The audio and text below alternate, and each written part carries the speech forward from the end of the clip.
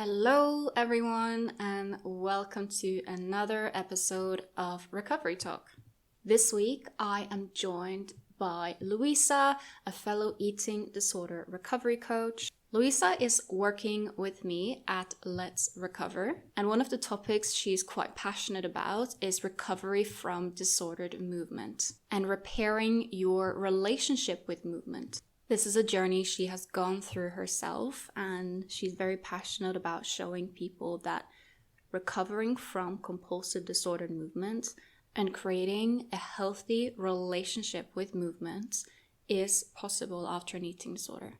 So in this episode, we will discuss a range of topics related to disordered movement. And I also have to emphasize beforehand, this episode is not just about what we typically think of as exercise, so like going for a run or going to the gym. This is also about lower level movement, any kind of compulsive activity and inability to sit still and do nothing essentially is covered under this episode. So things such as walking or standing rather than sitting, these things are all covered here. And if you are interested in more on this topic, I have also done episodes about it in the past. I have done one on compulsive lower level movement. I've done one on exercise and eating disorder recovery. And you can also head over to my Substack, which is letsrecover.substack.com, where I've written about walking. That article is called What About Walking? I've also done a podcast episode on that titled Walking and Step Counting. So yeah, I have covered a lot of these things prior, but I thought it could be really good to do this episode with someone who also have that lived experience. Because as some of you may be aware, compulsive movement has never really been a big thing for me, never was a big thing during my eating disorder. And I also thought it was so powerful to talk with someone who've gone through it and come out the other side and is really now living with the benefits that come from not having compulsive movement in your life, right? Because it is exhausting and draining. It is ruining you mentally and physically. So recovering from compulsive movement is also something I will talk about and we will go more in depth about in my upcoming group coaching program. We start the program on the 29th of January and it is a 2-month program. If you want to learn more, if you're interested in joining, head to my website, letsrecover.co.uk. And I also want to give Louisa some credit here because when I was creating this program, she was giving some really good inputs on the exercise part because I wanted someone with that lived experience to help give inputs. So she's been an amazing help and I've had so many good insights creating this program as well. So yeah, credit to Louisa for that. So yeah, this is going to be an episode a little bit longer than usual, but we just had so much to cover, so much to talk about, and I didn't want to break it up into 2 just because I wanted the conversation to kind of flow. So yeah, more to enjoy, I guess. Let's get started. So I'm here joined with Louisa. Hi, Louisa. Thank you so much for joining for this episode. Hello, thanks for having me. I'm excited to be here. So maybe you could start with introducing yourself and what you do. Yes, thank you. So my name is Louisa. I'm actually originally from Germany and now live in California in the US for the last 3 years, together with my husband and my 7-month-old son, new mom, which turned my life around quite a bit in a very positive way, but also in a very busy way. I now work as an eating disorder recovery coach, and actually shifted my profession to help others to recover from eating disorders because of my own lived experience of being able to fully recover after having a restrictive eating disorder with a huge part of compulsive movement for almost half of my life. So that kind of really influenced my decision and made me want to work in this field as well and kind of help others overcome eating disorders.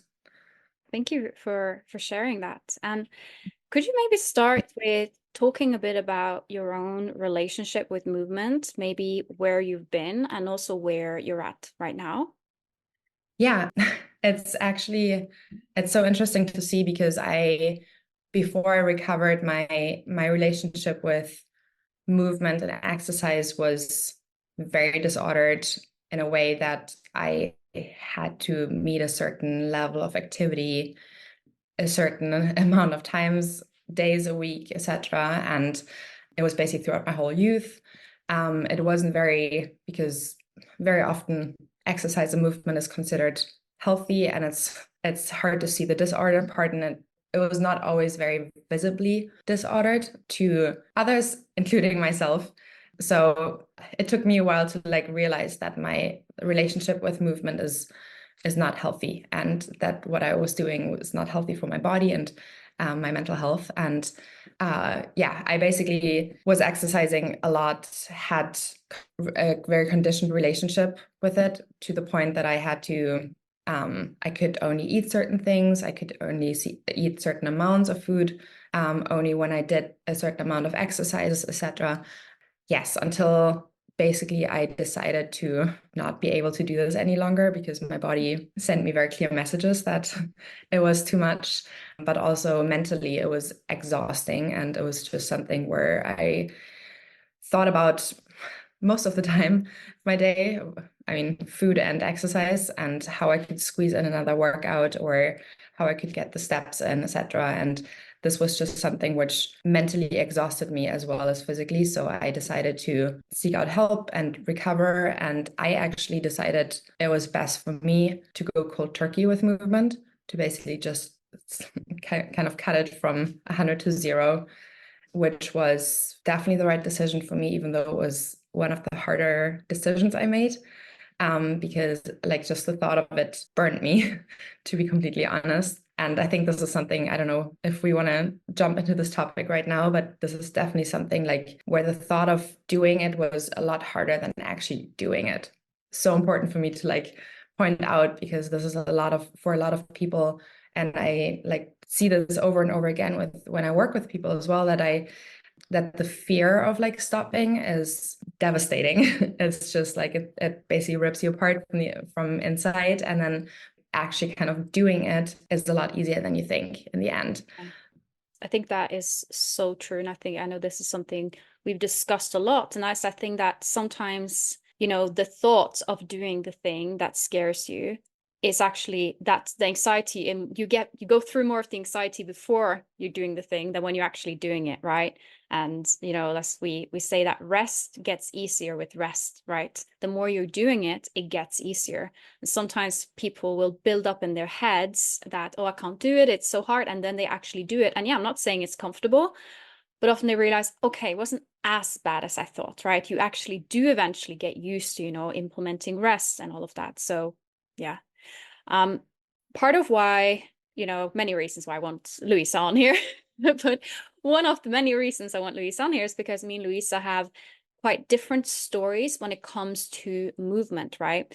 Personally, I never really struggled with compulsive movement. I know a lot of people with eating disorders do, but for me, it was never really a big thing.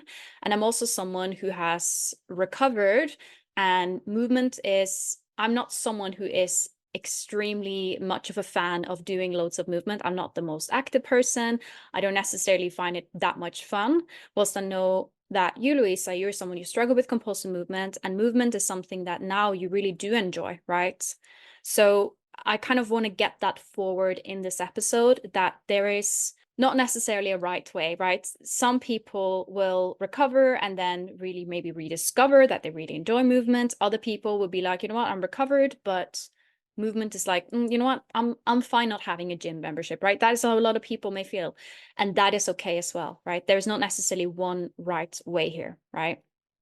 100%. And this is such an important point. I always like to point out when I start working with people who are struggling with compulsive movement, because a lot of times they're very afraid of recovering into some and like losing their identity, like basically recovering into like a person who doesn't like to move at all anymore, and like kind of losing their hobbies, etc. So this is just something where, for me, really important to like point out that that doesn't have to be the case. It can be the case, like it is basically, it's something nobody knows before starting recovery. And it is totally possible to recover from compulsive movement into having like a healthy relationship with movement, actually being able to really enjoy going for a run again. And I mean, I had a very, very disordered relationship with running, for example, and just like I always thought I always kind of enjoyed it, to the point that I just abused it, and it was something I couldn't enjoy anymore. And I actually had to put it on hold for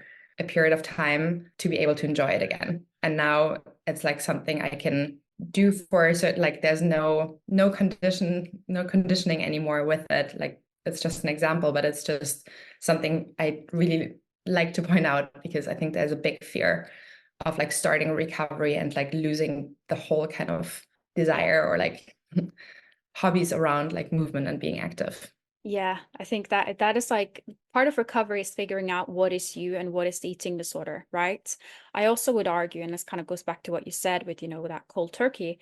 Sometimes people may have to take a step back from movement in order to come back at it later when they are in a better place, right?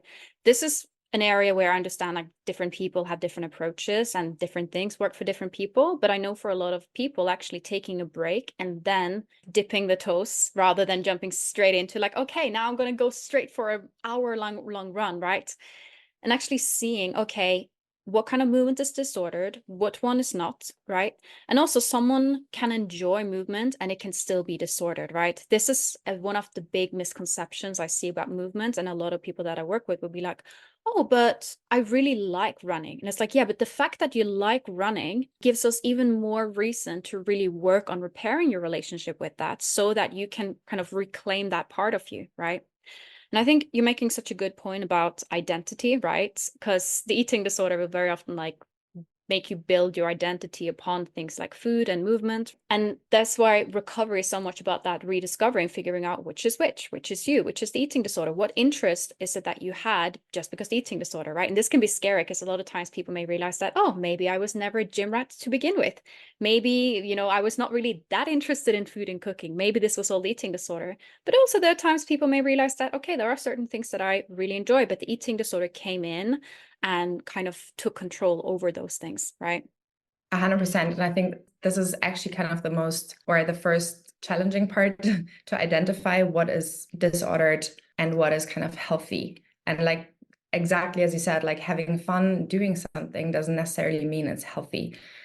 So identifying basically the disordered movement is like basically the first big step to like look at and kind of just like testing it out, testing kind of where's the eating disorder present, where does it get involved in like your decision to go for a walk, to go for like any kind of movement. I mean, we're not only talking about exercising in general, and it doesn't need to be like a situation where you put on your workout shoes. It can be like even walking and cleaning, etc. Yeah. So like identifying it first and then being able to work on it. And I always say, like, if there's like the doubt, like, is it disordered or not, like the uncertainty, then it should be addressed.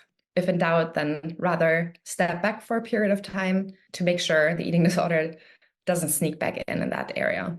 Exactly. So. Yeah, I think this is very important to kind of get across, is that when we talk about movement, we're not necessarily just talking about, like you said, like putting on your running shoes or, going into the gym. It can also be sneaky things such as, oh, I'm feeling really stressed, so I really need a walk. Not saying that this is inherently bad, not saying that everyone who goes for a walk are disordered, right? It is more that sometimes disordered movement can sneak in more day-to-day behaviors. It could be something like just always needing to stand up or always needing to be on the go or not allowing yourself to sit for prolonged periods of time, always needing to clean or do something. Very often also just that productivity thing, which is a little bit of a different topic, but also seems to be quite connected, right? That thing of always needing to be on the go, always needing to do. So when we talk about disordered movement, that is essentially a large umbrella of different behaviors, right? A good indicator is, does not doing this bring you anxiety? So maybe you're saying, oh, well, I just really enjoy cleaning. Well, if you can't clean right now, will you feel stressed and anxious about it? It's because you're not moving and doing cleaning and running around. And that is where the red flag comes in, right? One thing I would also say is that when you are in recovery from an eating disorder, for a lot of people, even if they are not engaging in disordered movement, even if movement is not a problem, you still need quite a lot of rest. So for example, in my case, disordered movement, it was not really a thing for me, but still I was resting, right? Because that is what I needed. So even though doing movement for me maybe wouldn't have been super disordered, it was my body really needed that rest. So just because you may not have struggled that much with compulsive movement doesn't mean that it is automatically an amazing idea to do tons of physical activity in recovery. Again, everyone's different, but overall, your body is energetically suppressed. So rest is really, really important for that internal repair as well. So it's not just about the mental part, but also about the physical part. And equally, it can also be times where movement may not be that physically harmful, right? You may be like, oh, but 10-minute walk, that won't harm anything. But if it is mentally something that you know is eating disorder driven, that can be really, really harmful. Yeah. So that is where I think a lot of people are a bit stuck, because they kind of think, well, is it really that bad? And probably is. I guess if you ask yourself, is it really that bad? Then the answer is usually yes, probably. And I think this is such a good point, that because it is not always like physically and mentally harmful. It can be like either or, what you just said. And it can be like a 10-minute walk. I heard so many people say like, but it's only 10-minute walk. Like, this is not going to kill me. But in the end, if it is mentally challenging you to like not do that 10-minute walk, then it is harming you long term. And this is just something you want to, like, the eating disorder is very present, and it's important to rewire that. And just from what you just said with what you said earlier, rest becomes easier with rest. And also what you said, that everybody, no matter if compulsive movement is a problem or not, needs a lot of rest during recovery. I mean, if you just look at the migration theory, you want to show your brain that you can rest, that you kind of arrived in quote unquote paradise. Food is there in abundance, and there's no need to migrate anymore. You can be like basically sitting on your like couch and eat, and don't need to hunt or gather food. And this is basically just in order to send this message to your brain and clarify that. Just for that purpose, it's so extremely important to rest during recovery, and like no matter if it's compulsive or not, in a way. Exactly. Yeah. I think that is such a good point with migration theory. So for those of you who listen who are not maybe familiar with that, what we are discussing here, it is the adapted to flee famine hypothesis. I've done a podcast episode about this, where the episode is called Adapted to Flee Famine Hypothesis. So essentially, to really much summarize what it is, essentially it's a bit of a theory in evolutionary psychology that a lot of the symptoms of restrictive eating disorder, and a lot of especially those like compulsive urges to move, it's like an evolutionary adaptation to famine, so that the person is moving or migrating from a food scarce environment to one that has more food in it. So your body is detecting, oh, there's a scarcity of food. That means that there are no resources here. So we need to get going. We need to get moving to somewhere where there is food and resources, which I think is a really interesting concept and theory. And also something that when I talk with people who are engaging in compulsive movement, they very often will explain that it is almost like there is something internally that's like driving them. It's almost like an itch, right? It is not just, oh, I feel bad, I should go for compulsive movement. It is like genuinely like an itch. And this is also part why, the good news comes, that is that once you are resting and eating more, actually sometimes resting and eating more gets easier with eating and resting, because it's like you're flipping off the switch, which I also done a podcast episode about called The Switch, which kind of talks about how why engaging in these kind of restrictive behaviors, or behaviors that put you in an energetic deficit, it basically kind of wakes up the eating disorder and makes you want to pushes more of those behaviors, right? So as Louisa was explaining, by resting, you're essentially telling your body and brain that, okay, it's safe, we don't have to move around anymore, right? It's safe, we're safe, we can rest. So it gives that signal to the body and brain, right? And that is fascinating. And oh my goodness, the amount of times I work with people who are compulsively moving, and then when they finally decide to really go cold turkey, just completely take a complete break from movement, increase their intake, they realize that some of the urges actually start to go down a bit. Sometimes they can get worse before better. Sometimes the guilt can be very extreme, but it feels like that itch kind of lessens a little bit. And I'm wondering, is this something that you experienced yourself, Louisa? Could you maybe talk a bit about like your own sensation of that?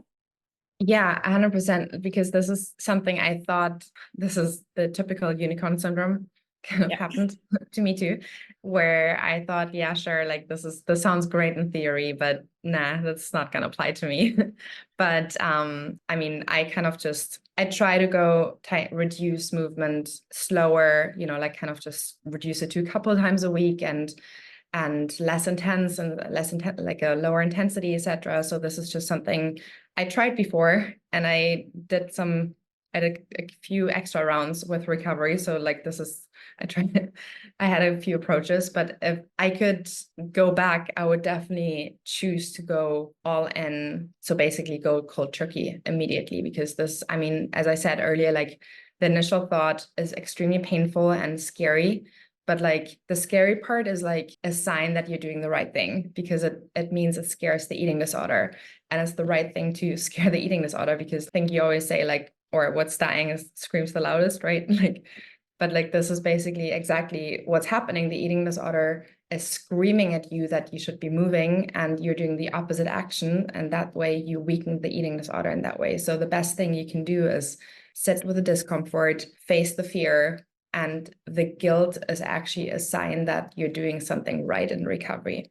Just jumping back into my own experience, I basically went cold turkey, and I mean, I just chose to find a lot of distractions for myself, and distractions which I haven't really like thought about before, because my compulsive movement, basically the urge to move all the time and like find activities which are the most calorie burning, etc., didn't allow me to do those exercises. But this is basically something which opened up a whole different world for me to like explore and do something else. And then, I mean, in the beginning, this is something you mentioned before. And during recovery, you don't only need a lot of rest, but you will also want a lot of rest, because recovery is exhausting.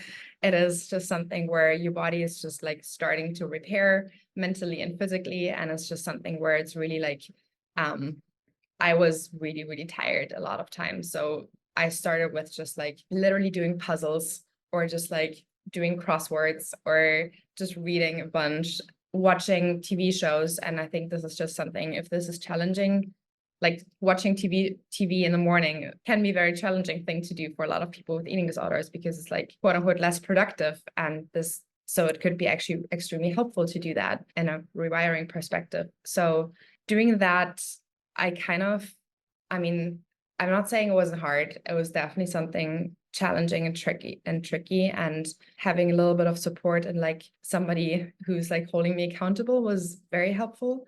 But it became easier with time. And to be honest, a lot quicker than I thought. And it's just something where I was pretty surprised about and very grateful for it, because at one point I just like it was like this switch which was switched to the point that I didn't want to move anymore. It's like, how did I get out of bed before, I don't know, like before the sun was shining, and like did something active so I could go to work? And I just didn't have the desire to do it anymore.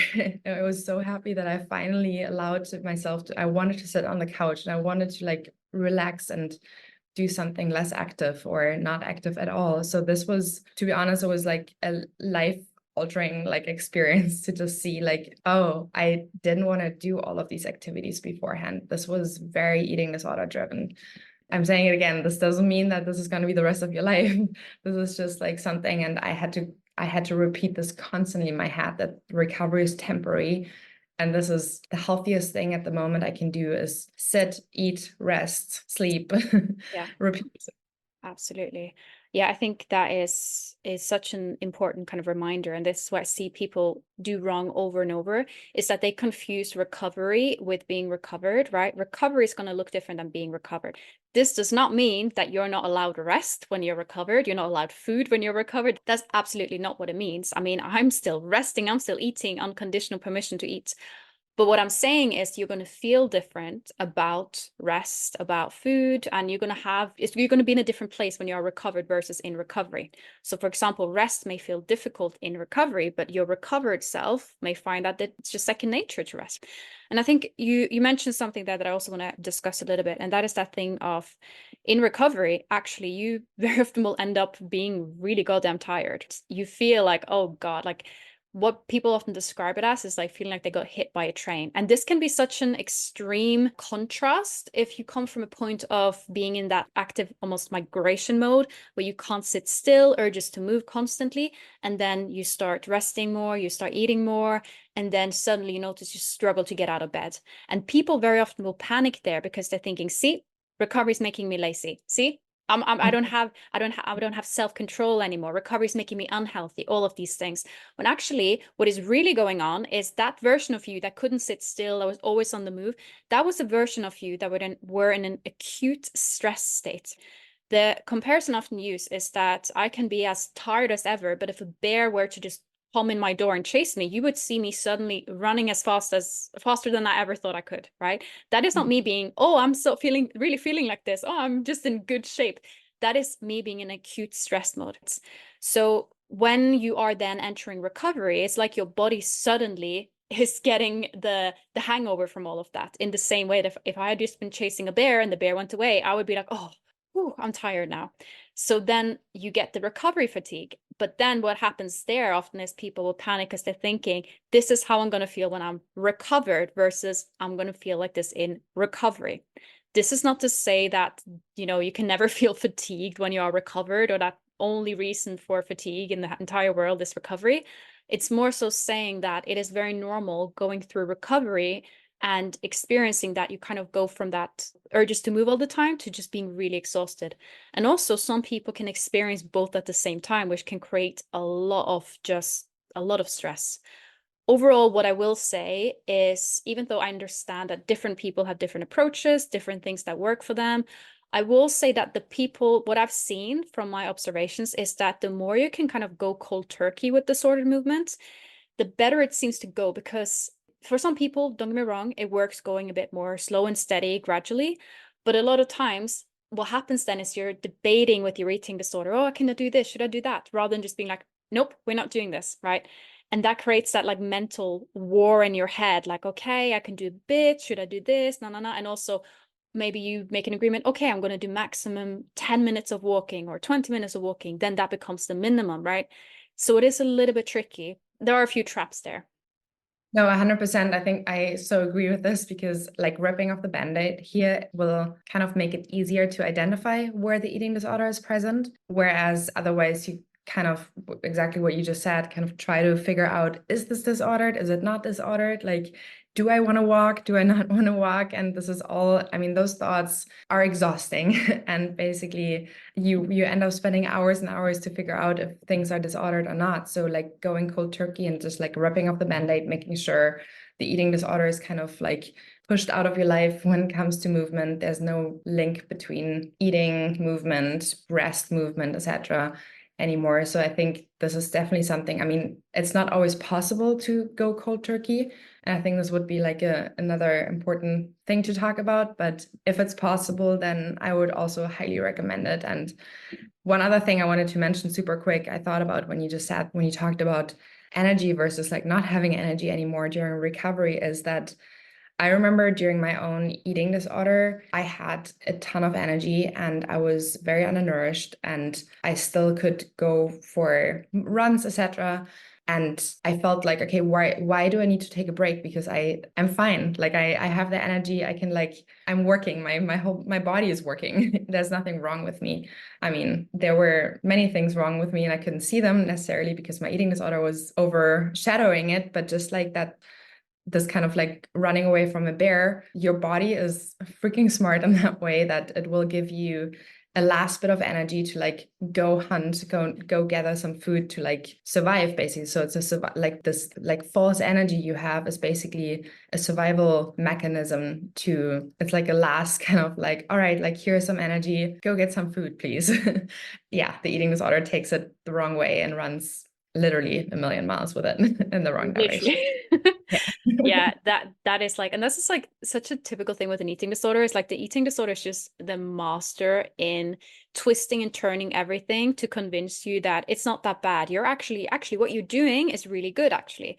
Does that with movement, telling you, oh, but movement is healthy, movement is good, so this is completely fine. It also is really good at, as soon as you start recovery, telling you that recovery is actually the most worst, most unhealthy thing you can do, right? So it'll be that constant dialogue trying to talk you out of it.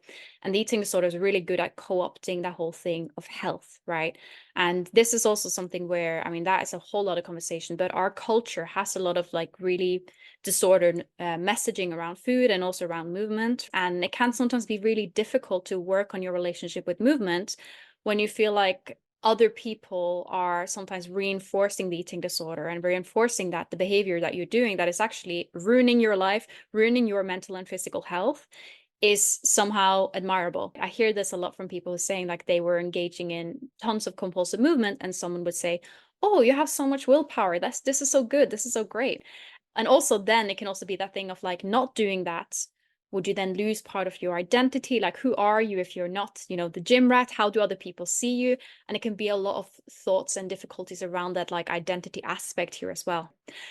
So I'm not sure if this is something you have some thoughts about, like how to recover and how to navigate movement and rest when you're feeling, whether it's real or if it is the eating disorder projecting and interpreting things, which you also know that, other people are, saying, oh, we should go to the gym, no, or it's good to move a lot, right? How do you navigate that? I mean, I think this is the most tricky question I get in, like during my sessions, etc. And like, it was also something I really struggled with because I for sure had the identity for myself that I was the active one, and people said that about me. It's like, oh yeah, she's like always has so much energy, etc. And the fear of losing that was definitely very present. And I see that a lot with clients as well, that this is kind of like, oh no, I am the active one and I don't want to, I'm so scared of losing that. So I think like really separating yourself and like looking at yourself at your current state and asking yourself what is healthy at the moment for you versus what's healthy for somebody else. I think this is such a huge important topic because for somebody who doesn't recover from an eating disorder, going to the gym, going for a run, for some people, it doesn't have to be unhealthy.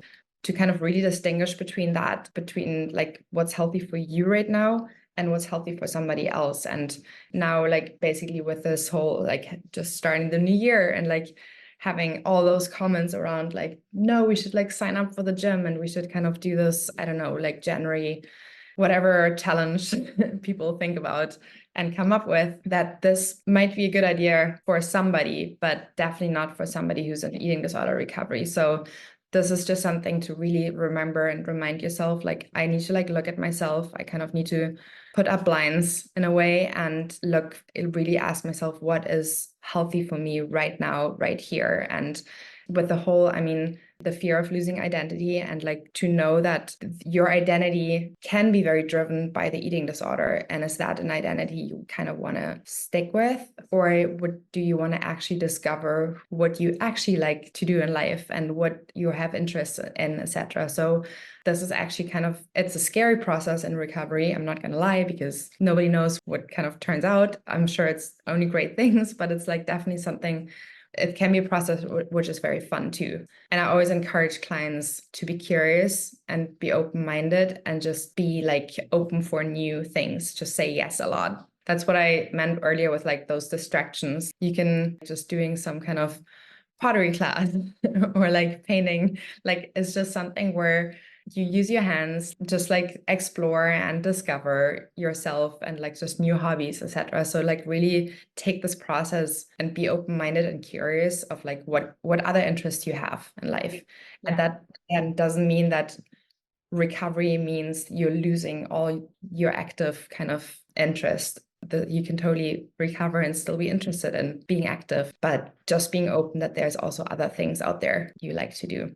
Absolutely. Yeah. I often will encourage clients who struggle with the rest part to find something that, like you said, keeps their hands busy, but not their body. So you're doing something and you don't need to be good at it. Like you can do pottery and really suck at it as long as you're doing something. And also I encourage people to try new things, kind of like what you said, to not necessarily just be so rigid about this is my identity, all of my identities and movements. There are different parts to you. Trying new activities and meeting new people. Maybe if you're someone who maybe find that a lot of your social community is within a specific type of movement, maybe you find out that most of your friends are maybe gym friends, for example, maybe meeting some people outside of that. So your identity is not set in stone. Identity is always fluid and growing and changing. Imagine how boring it is to just always be the same person. And I see this a lot where I work with people who they have put a lot of identity in, for example, being the active one, or maybe even in things related to food, for example, being the vegan one. This is not necessarily a debate about veganism and recovery, but just as an example, for some people, these things can be very strongly tied into identity, and they are noticing that they're almost like that snake shedding its old skin, like growing out, and they're realizing this is not really me, or back then that was me, but now it's no longer me. But what would other people think? First of all, a lot of times other people don't really notice or care that much. But even if they did, what are you going to do? What is the option? Just holding on to your old self and things that you've outgrown because of what maybe hypothetically someone else would think? No. Think about like yourself, the people that what do you think if you have someone in your life who just never change in any way? They never grow. They never try something new. You're going to think that's the most boring person ever. So why would you do that for yourself, right? Why not try new things, be open-minded? And I think this is why one of the things that scare people the most about recovery is like kind of almost losing parts of you.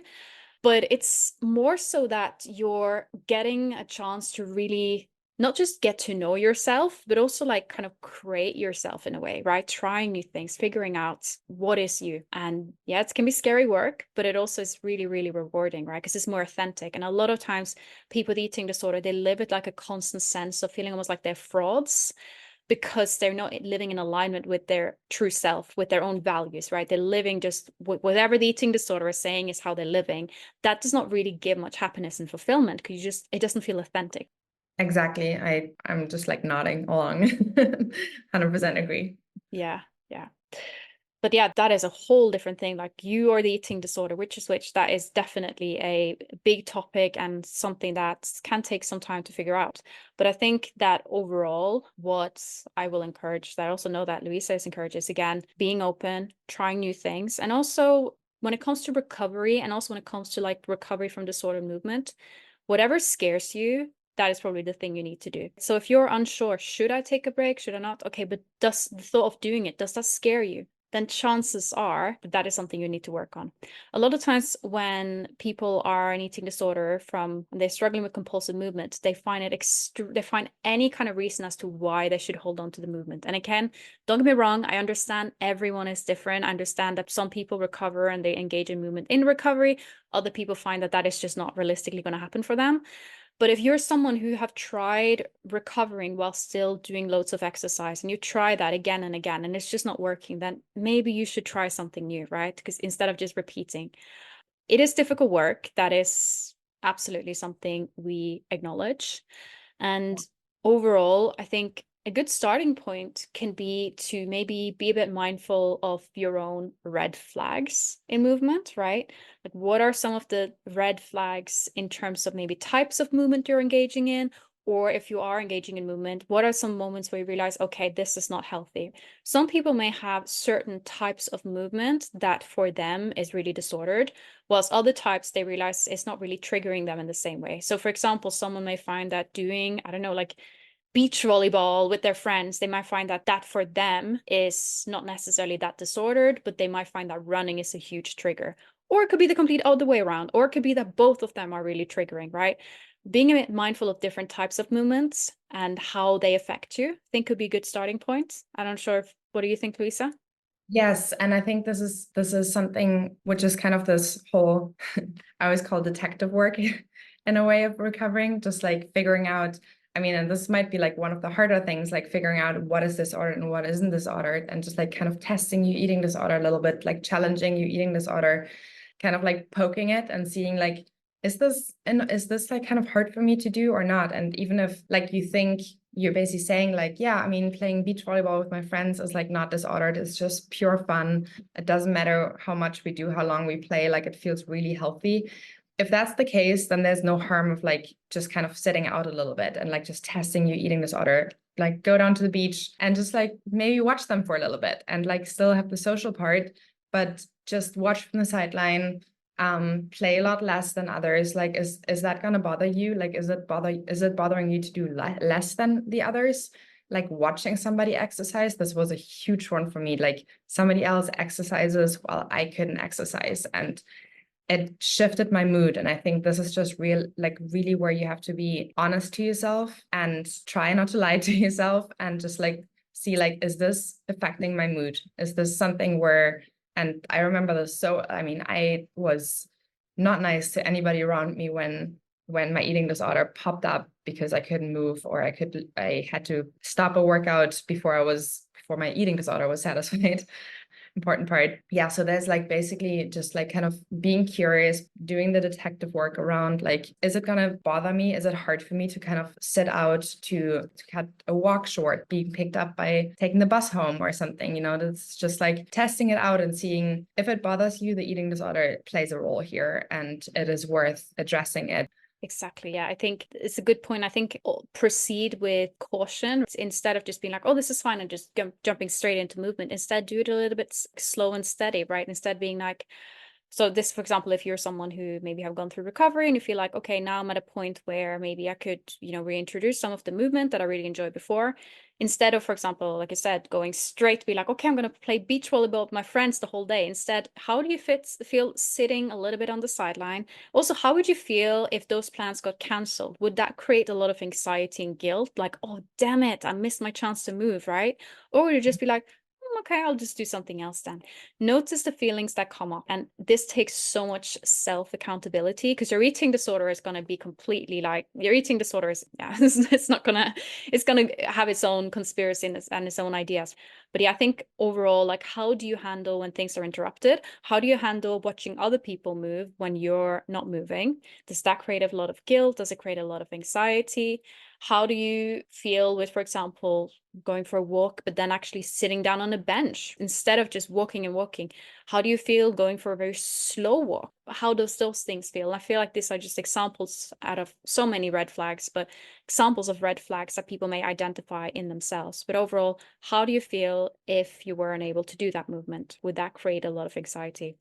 Exactly. And I think like one other one I could just think of out of the top of my head is, which is a very common one, like to match the intensity of the last workout or walk or home cleaning project, etc., that this is kind of becoming the new minimum for the eating disorder for the next time. So just being able to like do less than the last time, is that giving you anxiety? That is a good sign that the eating disorder is like around in a way. Yeah, the eating disorder loves to sneak in all kinds of rules. And I think this is just why you have to be so, I'm not by no means saying people should like overanalyze and be terrified and like almost being like thought police with themselves, but it is also important to be quite self-accountable here. 100%. And that's always what I say in sessions. Like, I'm not the exercise police. Like, it's your journey. It's your recovery. I'm like, basically my goal is to like identify things and like challenge things together. But I think this is just like those kind of testing out your eating disorder, especially when you return back to movement. I mean, this is a whole different topic. I feel like that's its own topic itself, and we could probably talk about this forever, but like, this is just something where I realized the slower, the better. Don't start with like just going for like a long run or something, or like just go half a block and see how that feels, and just keep testing your eating disorder. Watch out for red flags, and just like testing your eating disorder with like exactly what we said, like kind of sit out for a little bit, do less than the last time. Being interrupted is a huge one for me, because I mean, now having a little baby, I get interrupted a lot, and like I very often have to either cut it short, not being able to like do something at all. I have weeks in a row where I don't do anything because life just got in the way.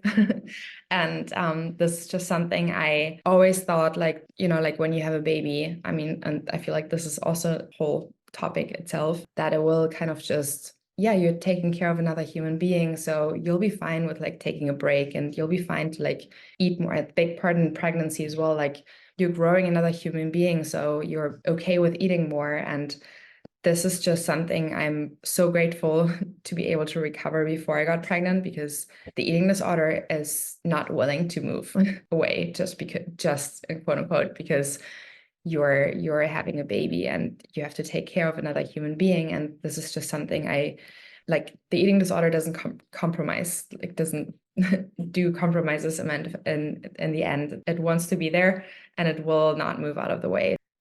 Yeah, I think that what you're mentioning there is a good point in terms of why work on compulsive movement, right? Because a lot of times people are like, yeah, why would I bother? Like, what's the problem? Why can't I just live my life with compulsive movement? But actually realizing how negatively it impacts your presence and your ability to do other things in your life. Like, for example, like what you mentioned there with you and, you know, your baby. Imagine if you'd had the eating disorder and those compulsive movement on top of that, the amount of stress, how that would affect how you show up, you know, even just within your families. And I think this is one of the things that I see often when working with clients, is that they often don't realize how harmful the disordered movement was and how much time and brain space it took up until they actually start recovering. And they're like, oh God, this was a big problem. Because in the moment, they're rationalizing it. It's like, oh, this is fine. This is normal. Everyone is doing that. No problem. Not harming me at all. And then they're realizing, oh God, this was bad. And then actually, then what I hear time and time again, it's just like how nice it is not to have that constant itch, right? To be more calm, to be more present, to not, for example, sit there and hope your guests leave early so you can go to the gym before it closes, or to, you know, it's stressful. It interferes with day-to-day life, and eating disorder interferes with day-to-day life. And that includes the disordered movement that it triggers. Yeah, I can not agree more, because I think it's just, obviously like the physical component why it's necessary to recover. If you're undernourished, it's 100% important to take a break and recover, but also from like a social part. I mean, work comes in your way, social events come in your way, like family, like whatever, I mean, in your way is even like it comes into the eating disorders way. Yeah. But just like being able to be spontaneous and just like saying like, oh, you know what? Yeah, now it started pouring rain. I wanted to go for a run, but no, thank you. Like I'd rather just like do something at home, which doesn't have to be exercising, which can be just like, and having that freedom is just the best thing I could like gain for myself. It's just something I guess that's why I became really passionate about working in this field too, because I realized how much easier life is and how much more happy I am, how much more I can actually enjoy. I can like receive and give to others.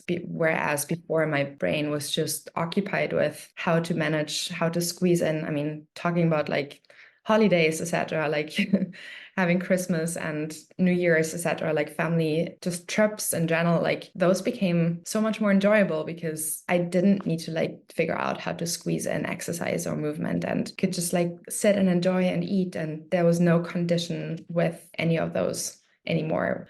Yeah, I guess this is just like something I'm very passionate about now, and just like want to advocate and Yeah. just help anybody to like get as well. Yeah, exactly. Because you may not have realized, you know, how bad it is until you get out of it and you're like, oh, wow, that was nice being able to be there and be present and enjoy, right? And also, and I think we may have mentioned this previously, but also recovering from compulsive movement, also for those who enjoy movement, it makes movement more enjoyable. Again, like I'm in a bit of a different place. I'm not necessarily talking in a place from lived experience, because I think going to the gym is the most boring thing in the entire world. I basically have a condition of my tissues and joints, so I have to do physiotherapy, and I will go in the gym, and it's like a competition with myself on how quickly I can get out of there again, because I think it's so boring. Like I like doing things like walking the dog, and I'm just not someone who thinks it's really fun. But I know that for the people who do find it really fun, maybe they find the gym and lift weights, maybe they feel really strong and they love it. And I find that when I'm working with clients, they say that the movement that they're doing when they are recovered is a lot more fun. They're enjoying it a lot more, rather than that compulsive movement that was more about scratching that itch. And is that something you can relate to as well, in terms of how movement feels now versus how it feels then, and how it's more enjoyable? Definitely. And this is like the part what I just mentioned. It's like life in general feels so much freer and like more relaxed and less rigid, but so does movement and exercise. So, I mean, just like being able to, you know, like I want to get some fresh air, I want to get my blood flowing, and I just go for like just a run around the block and I'm happy. And it's just something where my eating disorder would have never been satisfied with. And this is just something. And if I did it like 2 days in a row, kind of that was the new standard. And there was just like always so much rigidity with it, and just like so many rules to live by. And it just wasn't fun anymore. It was just stressful, and just like waking up or like even going to bed and just like already stressing out, like, okay, how am I going to do tomorrow morning? Because this and this and this is on my list, but I definitely need to work out. And before I go to this family event or I start work or whatever happens in your life right now. And just being able to like be open and play it by ear and be flexible. That's just something which, I mean, how many times, like what I said earlier, like did it happen because of being a mom or just because of work? Things take longer, just life happening. I have to like, I kind of didn't do anything active, even though I was hoping for it or was planning for it, but it didn't affect my mood. It didn't affect the way I kind of proceed with my day. It just was okay. Just accept it. It's like, oh, bummer. Okay, let's move on. I can definitely say it's like night and day for sure, because like, I mean, what you just said, like very often you don't realize how hard you are on yourself and how rigid you are with movement until you work on it. And until you kind of like realize where the eating disorder is kind of just sneaking in the whole time and has actually control over you. Yeah. No, that is so powerful, right? How can you live a full life when you're just constantly living life in the eating disorder terms, right?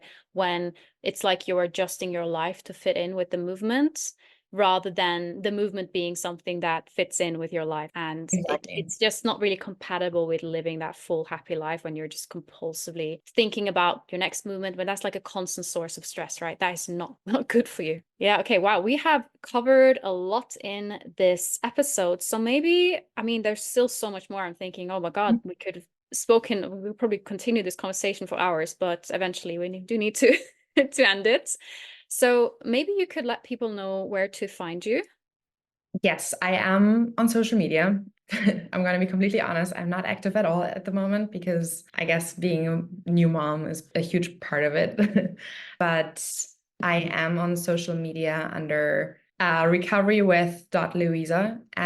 But aside from that, I'm also on Amalia's website because I am very excited to like work under the Let's Recover brand and be a coach on your team. So you can find me on Amalia's website. Yes. So yeah, you can give Louisa a follow on Instagram. I'll just pop the link to her Instagram in the bio as well. And also, if you're interested in working with Louisa, you can find her, as I said, on my website, letsrecover.co.uk. That she does have a wait list at the moment. Yeah, she is really good when it comes to working with compulsive movements, as you probably have heard. Okay, Louisa, thank you so much for joining. And yeah, thank you for this conversation. Of course, thank you so much for having me. It was really fun. Thank you for listening. Hope you enjoyed this episode, and I look forward to seeing you guys next week.